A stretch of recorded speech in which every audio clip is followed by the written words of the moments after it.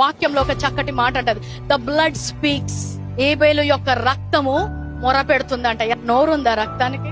ఆత్మలోకంలో ఇంకొక ఇంద్రియాలు ఉంటాయి. వాటిని మనం కనుగొని విశ్వాసంతో నడిచినప్పుడు ఏదైతే కనబడలేదో అది నువ్వు పొందుకోగలుగుతావు. ఆ రోజు ఐగుప్తులు ఇజ్రాయెల్ మధ్యలో వాక్యం ఏమంటదంటే, ఏ ద్వారం మీద అయితే ఆయన రక్తం ఉంటుందో ఆ ద్వారాన్ని మరణ దూత దాటి వెళ్తుందంట.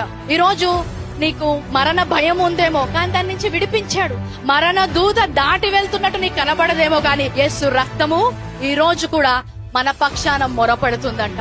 యేసు రక్తం ఈ రోజు పలుకుతుంది. ఆయన శరీరము మాట్లాడుతుంది, స్వస్థత పలుకుతుంది. ఎన్ని రోజులుగా పంచేంద్రియాలు వాడడమే మనకు వచ్చు, గాని విశ్వాసం వాడడం మనం నేర్చుకోలేదు. ఈ రోజు నీ స్వస్థత నీ కనబడతలేదేమో, అంత మాత్రాన అది ఇక్కడ లేదు అని కాదు. అయితే విశ్వాసిగా మారిన తరువాత వాక్యం ఏం చెప్తుందంటే, మనము నడవాల్సింది విశ్వాసముతో కానీ వెలుచూపుతో కాదు అంటాడు. అంటే చూసేదాన్ని బట్టి, మీ పంచేంద్రియాలు చెప్పేదాన్ని బట్టి మనం నమ్మము, గాని మనకిచ్చిన అతీతమైన ఇంద్రియం ఇంకొకటి ఉందంట.